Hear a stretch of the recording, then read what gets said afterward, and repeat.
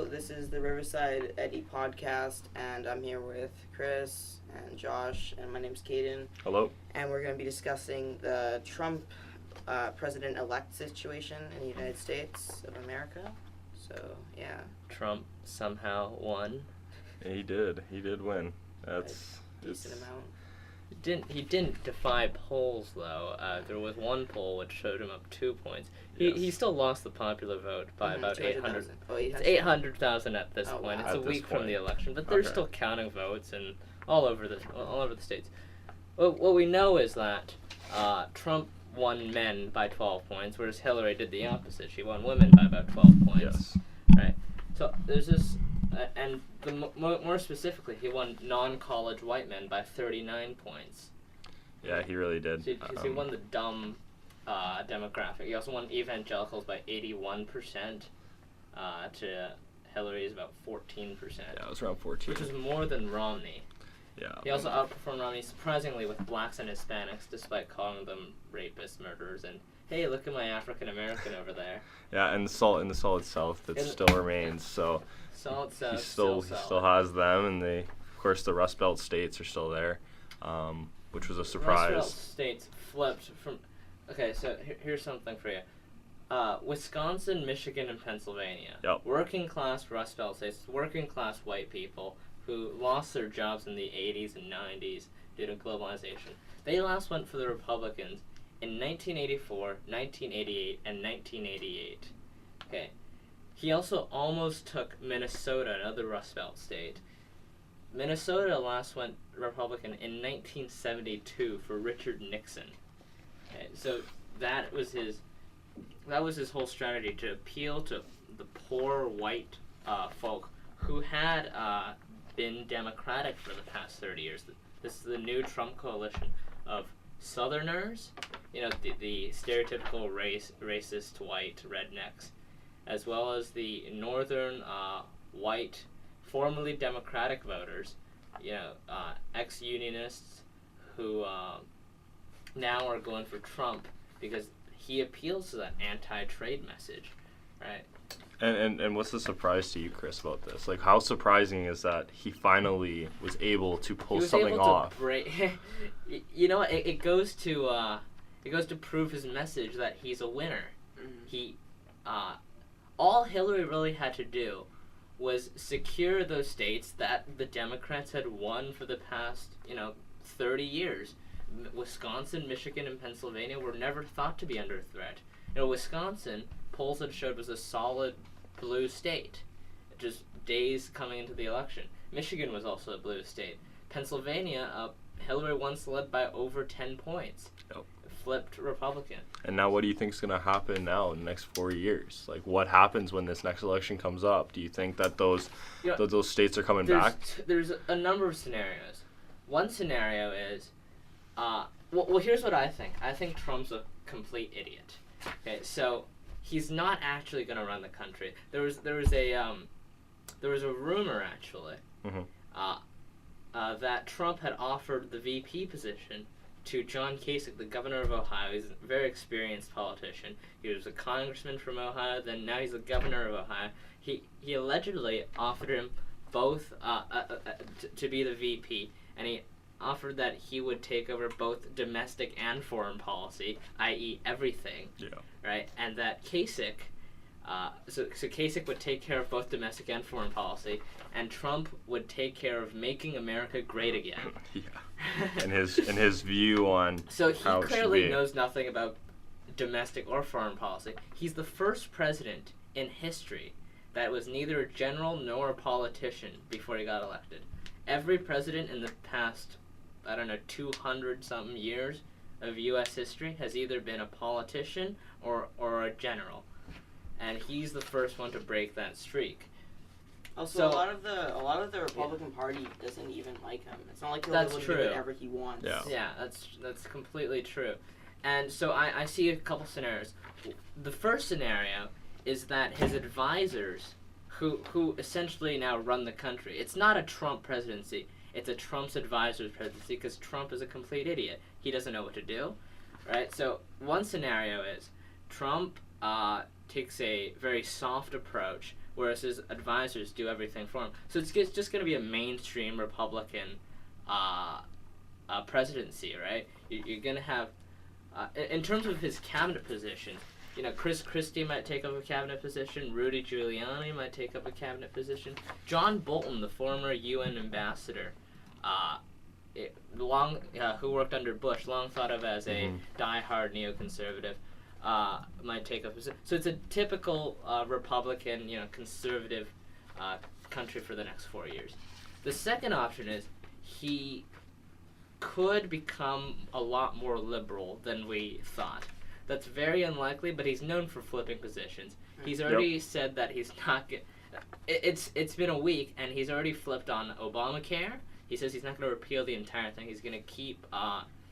He's going to keep the part which allows. Yeah, parts of it. He's going to keep the part which allows kids to stay on their parents' plans until 26, for example. And he's also apparently not going to build a wall, it turns out, because someone broke it to him that it's practically impossible. Yeah, and not only that, but his whole entire perspective on what he expected to do when coming into this electoral election, it didn't make sense to nobody else. You think he'd know that he can't build a $25 billion wall or something like that. Yeah, but he's not a businessman. He's an idiot who got a big loan from his dad. Exactly. It's true. No, it's a true fact. And yeah, but the third option is the scary option, and that he goes full right-wing nut job. I'm more scared of his vice president than him. Yeah. Honestly. Yeah, there were suggestions even that Trump, the Republican establishment, and these are just rumors, that the Republican establishment might want to assassinate Trump in favor of Mike Pence. Because Mike Pence is, you know, the traditional social conservative. He's also an economic conservative. So...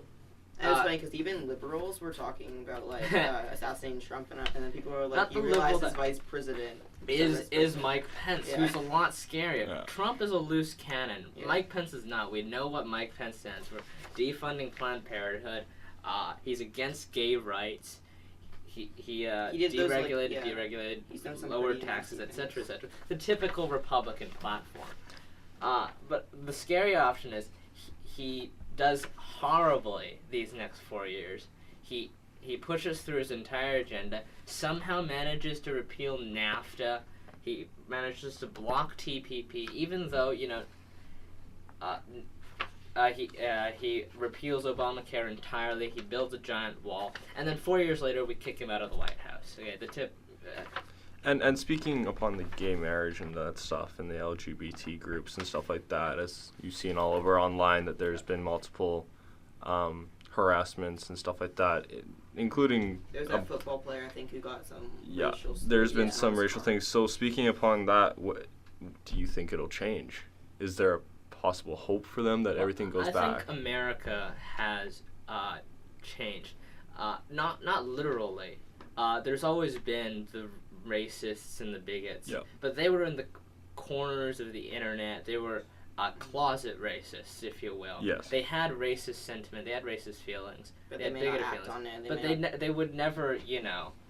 But Trump sort of unleashed that. He made it acceptable under the banner of, you know, political incorrectness. Yeah. We're so sick and tired of political incorrectness. We really are. Anyway, so he kind of unleashed the racism, that the undercurrent that we knew had always been there, but we didn't know it was this big, right? Also, I think next 4 years, I don't think there are a lot of the states that were Democratic, that were won by Trump, will stay Republican, because a lot of the Trump supporters are people that, like, it's not that they're necessarily, like, Republican even, it's just that they want change, and Trump's promised change. They don't want, you know, political dynasties of Clintons and Bushes. That's why Trump got elected. But another thing is, you were talking about, you know, how these states won't be Republican anymore.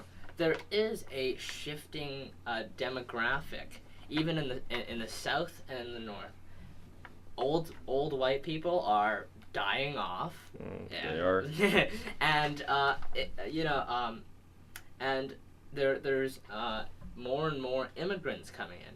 You know, for the first time ever in American history, since white people took out the Native Americans, I guess, at least the first time in American electoral history, toddlers in America today are now not majority white.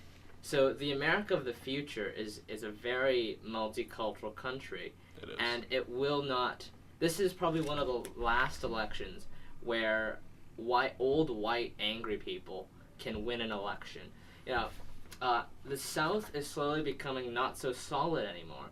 Georgia was never thought of as a swing state. Jimmy Carter did win Georgia, but since then Georgia's been a solid Southern Republican state.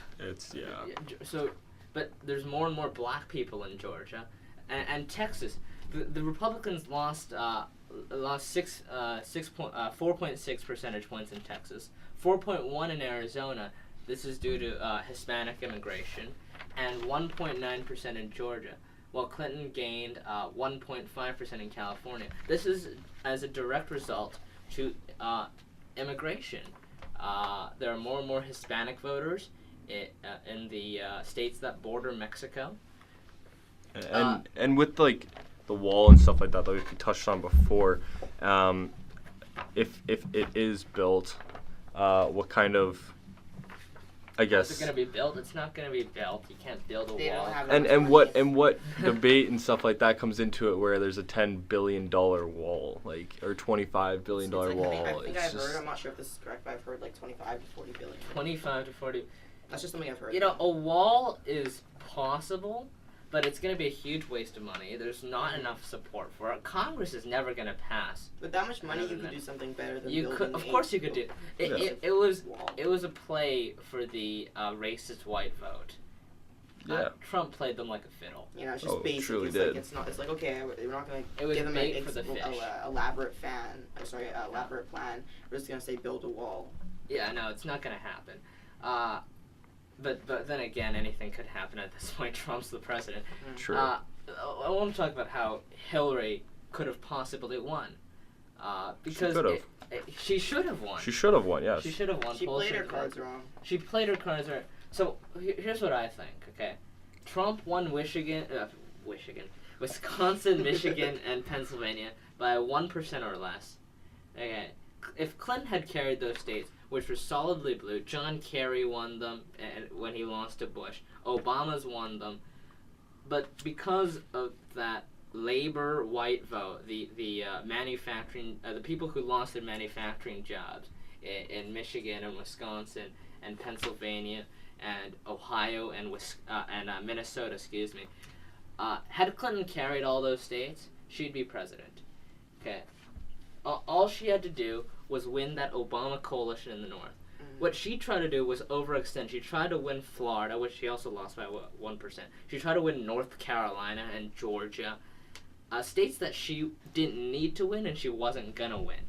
Okay, and Trump played it very smart. Trump knew from the very beginning that he was an underdog, that he needed to break that solid blue wall in the North, in the Rust Belt states. He needed to appeal to that anger while still managing to win in North Carolina and Florida. And he was able to do that. So what I thought Clinton should have done, and again, I'm just a Monday morning quarterback here, is that she should have attacked the Congress rather than attacking Donald Trump. Yep. Because Donald Trump is, he's Teflon Don. Criticism doesn't stick to it. I mean, right from the very beginning of his campaign, the first thing he did after calling Mexicans rapists was he called former Republican nominee John McCain not a war hero for being captured in Vietnam. So criticism has never stuck to Donald Trump, and that's not going to start happening. What she should have done. There's so many things he's been criticized for at this point. It's just another thing. It was people had that perceived notion that Trump. This is how people saw him as. Yes, he's politically incorrect, but he will make America great again somehow, some way. He doesn't have a plan. He doesn't have a plan to tackle ISIS or to build a wall or to repeal Obamacare, or at least it's a very secret plan. It's a tremendous but secret plan. It is. Right? And moving on from this, the effects on the domestic and on the U.S. domestic issues and stuff like that, effect on the international affairs, like the Iran deal, the immigration, the free trades and stuff like that. Okay, so it really turns to Congress, right? Congress is solidly Republican, and it has a record low approval rating, lower than both Clinton and Trump, by the way. Congress had an approval rating about 15%. Wow. Okay, so what I thought she should have done was did what Harry Truman did in 1948. 1948, Harry Truman was tremendously unpopular, and so what he did was he attacked the Congress. He blamed people like to blame problems on their president, or the ruling party. Mm-hmm. And the president can't do very much. And that's why, and that's why in the past, since the last time a party had 3 terms in the White House was the Republicans in 1980, 84, and 88. Okay, ever since then it's been Clinton for it was Bill Clinton for 2 terms, then it was George Bush for 2 terms, then it was Obama for 2 terms, and now it's Trump. Right, so it's very difficult to win a 3rd term, and people blame their problems on the Democrats.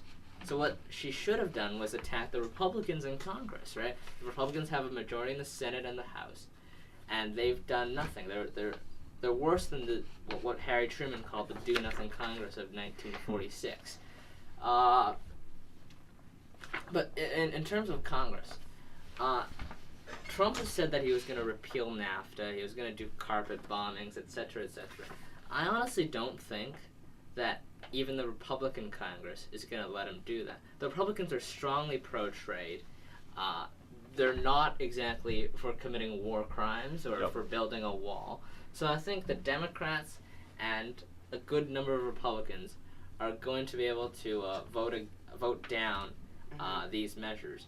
Like, Republicans aren't dumb. They aren't. Some are, obviously, but some Democrats are dumb. It's just that we have to hope that a lot of the more smart and intelligent Republicans see that. So on the Iran deal, what the Senate needed to do was I think the Iran deal is done. Trump has said he's going to, and he has enough support from the Republicans to completely repeal the Iran deal. What Obama was doing was he was essentially going to veto any rebuke of the Iran deal by the Republicans in the Senate.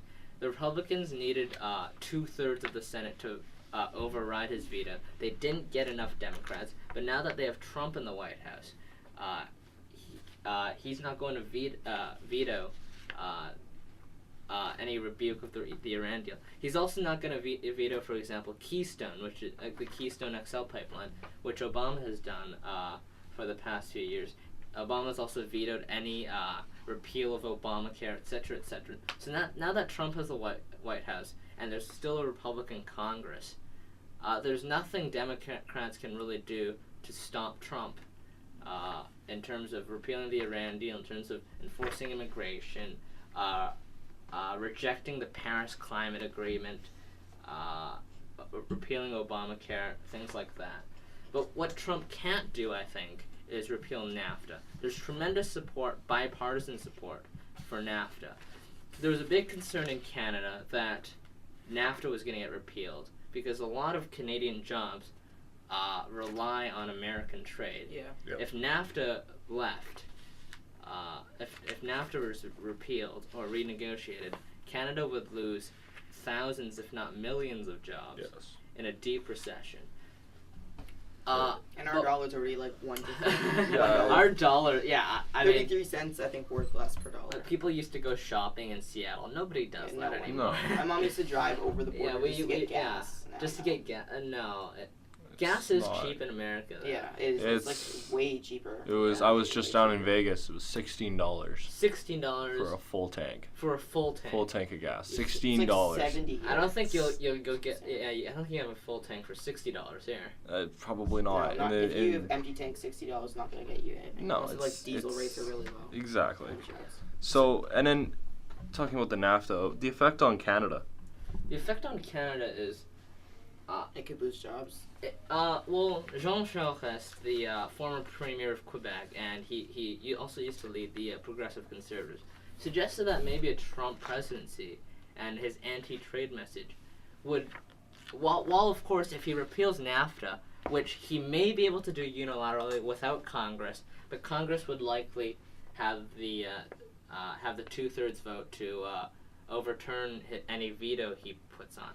Congress could also pass a constitutional amendment to keep NAFTA, but that's very unlikely. But in any scenario, if Trump repeals NAFTA, what Sharas pointed out was that it could make Canada a more diversified economy, and so we won't rely on the United States anymore. Yeah. So in the short term, we'd take a big hit. But in the long term, we're going to be more appealing to the European Union. We're going to be more appealing as a trade partner to China, to the Asia Pacific region, to India, to Australia, etc., to South America.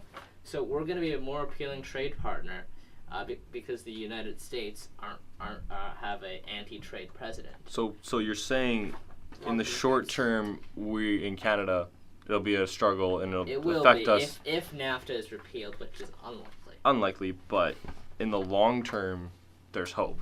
In the long term, there's we just negotiated a trade deal with the European Union, right? And if Brexit pushes through, we're probably going to negotiate a free trade deal with the UK. It will make Canada the most appealing trade partner in North America. Right, because the United States seems very uninterested in trade with Trump. But again, I doubt, because NAFTA has enough bipartisan support, I think, to overcome a veto or to pass a bill to keep NAFTA.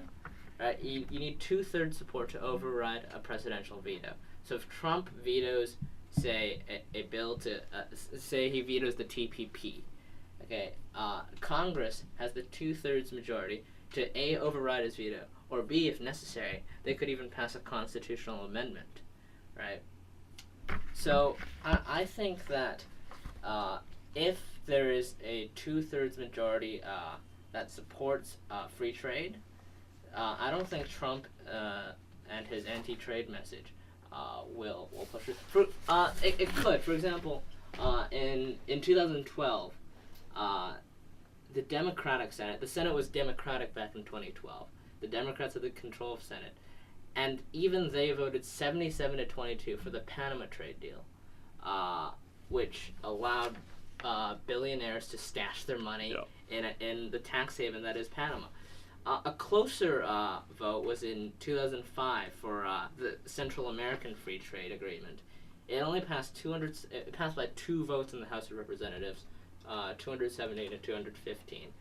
So in this case, if it were 2005, in the Republican House of Representatives, Trump would have been able to repeal CAFTA. It passed 55-45 in the Senate. So this there is not enough support for the Central American Free Trade Deal. At least there wasn't in 2005. Yes, and then so about Senate and the House, the Republicans winning both. Like, that's a topic that can be left alone on its own there in our whole discussion. So it's actually quite devastating for the argument, the greatest argument for progressives who against progressives who decided to not vote or vote for a third party was that Hillary Clinton was going to nominate a progressive, or at least a moderate Supreme Court justice. The Republican Senate had stalled on Merrick Garland, who was nominated to succeed Antonin Scalia. The Republicans have blocked him for almost a year now, which is unprecedented. it is. And what I found interesting was Hillary did not attack the Republican Senate or the Republican Congress for blocking Merrick Garland's nomination, which would have been a really good attack on a very unpopular Congress. Everybody hates Congress. Merrick Garland was a home run of a judge. He was. He was very experienced. He was considered a moderate. Orrin Hatch, who's the longest serving Republican in the Senate, said that he bet Obama wouldn't nominate Merrick Garland because Merrick Garland is not a progressive. Merrick Garland wasn't the type of judge that Obama would want, and that they would totally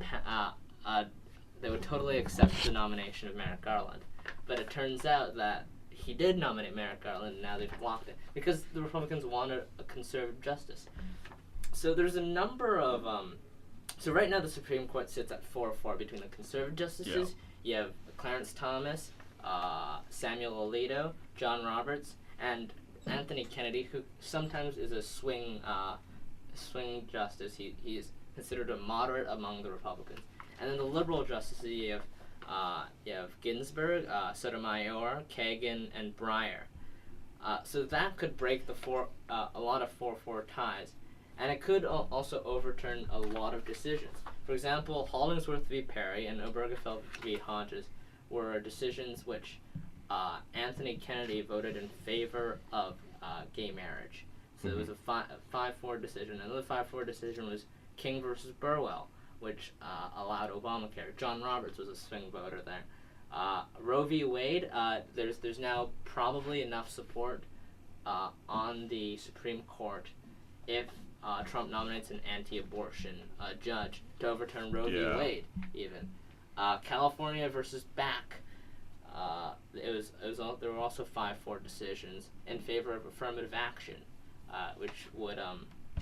which makes it easier for minorities like African Americans or Native Americans or Asians or Latinos to get into college.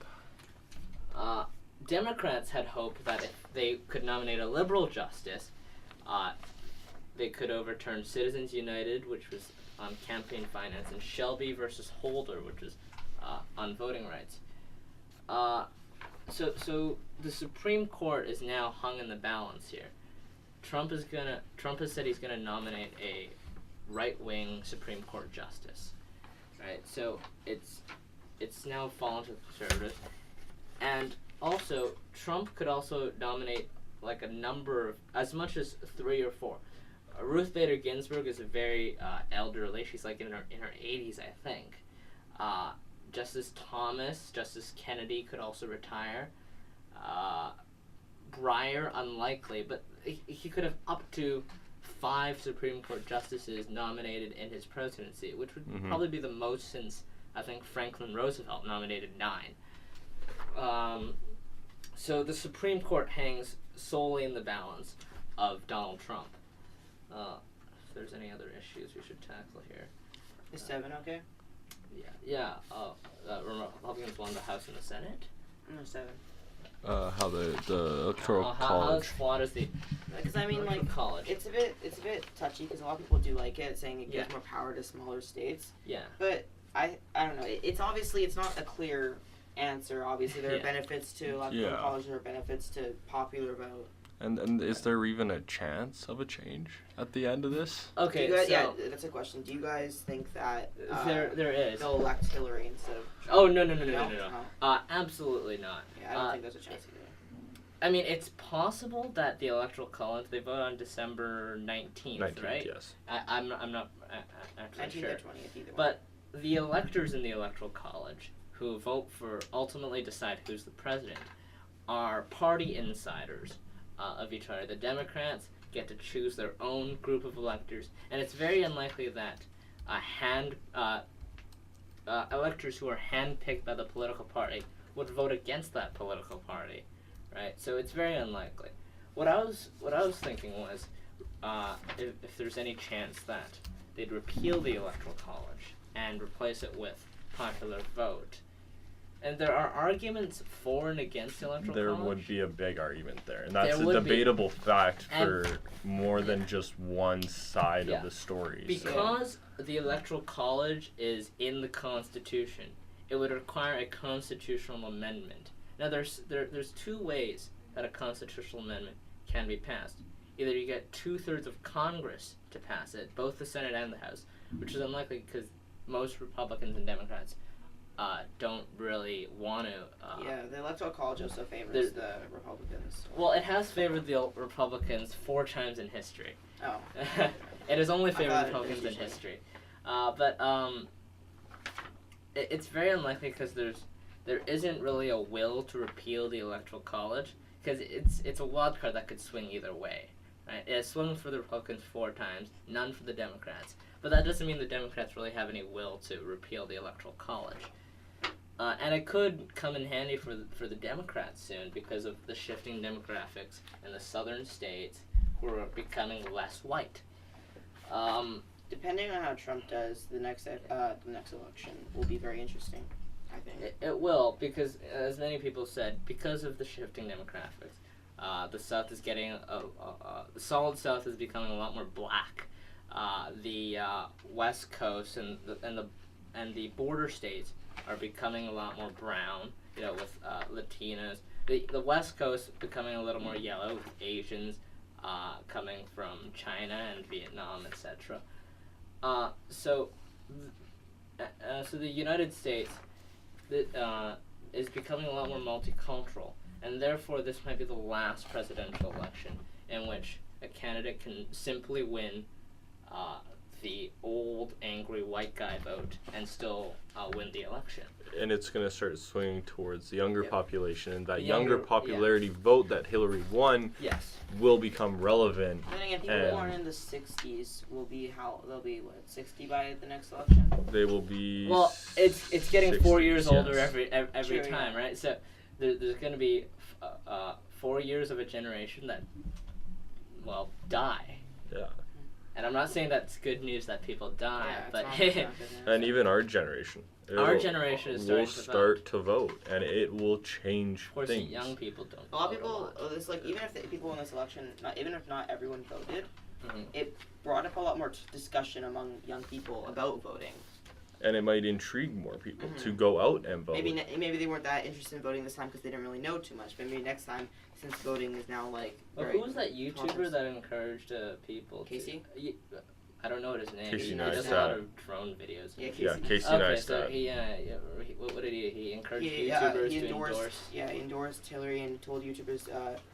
Asked YouTubers or asked people to tell YouTubers to endorse the candidate, not just Hillary, but endorse the candidate they supported. Yeah, and then touching on the social aspect of this, everybody expecting that they're just able to get up and leave just because they're celebrity status. Yeah. How does that make sense? I mean, yeah. Touch on that for us to allow people who are listening to this, even if there is anybody. I don't think celebrity status really helped Hillary Clinton a lot. Yeah, Katy Perry endorsed. her, a Katy lot of Perry, people Jay-Z, Yeah. Beyonce, yada yada yada, the list goes on. I mean, it didn't really help her in the sense that it fueled Trump's message that the establishment, the rich guys, the rich and famous guys, they're against Trump, but that Trump is for the working man, the ordinary silent majority, Yep. white, poor white voter.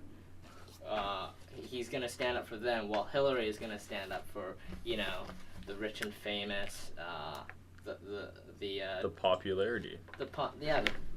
those who do well in society. Yeah. Right. Whereas the message that Hillary was trying to get across is that, hey, these people support me. You should support me too. That didn't exactly work out. Yeah, it's not how people think all the It's time. not. Some hive mind people that Might have. do that. Yeah. And coming to the end of this, is there anything else? Like, is there anything else you want to touch on? I wanted to talk about All the people that what's it called? They're going crazy, acting like it's literally the end of America as they know it on Twitter. Like, have you seen those people? Like, the Social videos? aspect It is blown. the No, end. I know stuff is gonna happen, but I don't think. Honestly, I know a lot of things are probably gonna change, and a lot of things might not be good for America. But I don't think Hillary or Trump have necessarily been good for America. And I also don't think that people, like, a lot of people were saying, like, oh, I feel like scared for my life. I don't think people are just gonna go in the streets now and hunt down Mexicans and black people. It's not that severe. It's What the future holds is what I see the future is a lot brighter for America than people think. yeah. Because for as long as American democracy, this institution has been in place, presidents have come, presidents have gone, good presidents, bad presidents, the world moves along. Yeah. And I think that if Trump does extremely bad, a lot of people will suffer. But people will get over it. After 4 years, Trump won't be elected again if he does very poorly. And you'll have, what was what I call the Jimmy Carter effect. In 1976, okay, after years of Democrats getting 2 terms, Republicans getting 2 terms, Democrats getting 2 terms. Harry Truman had 2 terms. Then it was Republican Dwight Eisenhower. Then it was Kennedy and Johnson who had 2 terms. Then the Republicans had another 2 terms. Watergate happened. Gerald Ford was defeated by Jimmy Carter. And Jimmy Carter, while he was a good president at heart, he won the Nobel Peace Prize in 2002, but it was 1976, very high inflation.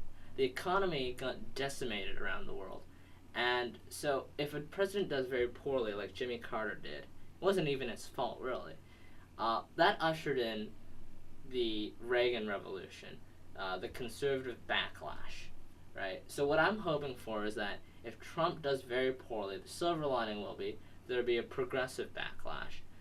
And in 1980, Reagan won by a landslide, and then he won again by a landslide, and then Bush won again by another landslide in 1988. So we had 12 years of conservative rule, and the Democrats began moving more conservatively to the right. Bill Clinton, who was seen as a centrist Democrat, was elected in 1992, served till 2001, and George Bush was elected.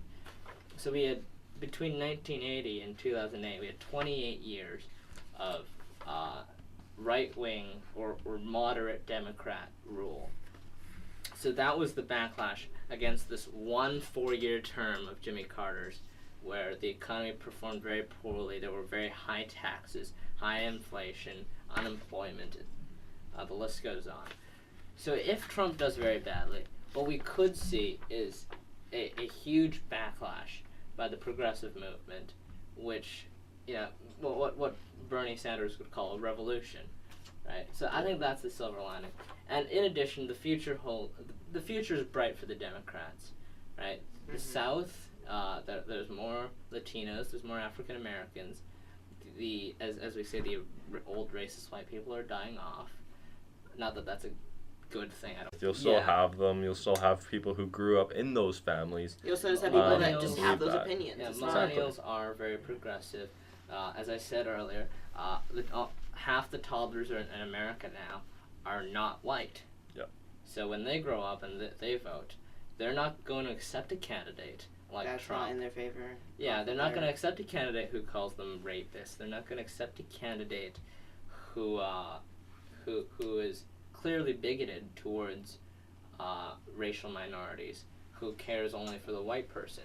White people are not going to decide elections anymore. It's going to be the Hispanic vote, the black vote, the female vote. Yep. Right? Yeah. So while Hillary Clinton didn't break the glass ceiling, somebody will in the future. And I think that's a nice thing to think about. And it's a good way to end off this. Okay. Speaking about it and ending off on some hope for everyone. The world and the peace. So we'll end it off here. I want to thank you, Chris, for coming into this and having all your notes and everything that you needed to do. I have all my notes, yeah. You got everything down and you performed today. Thank you, Caden, obviously. Me and you got this. And thank you guys. Bye.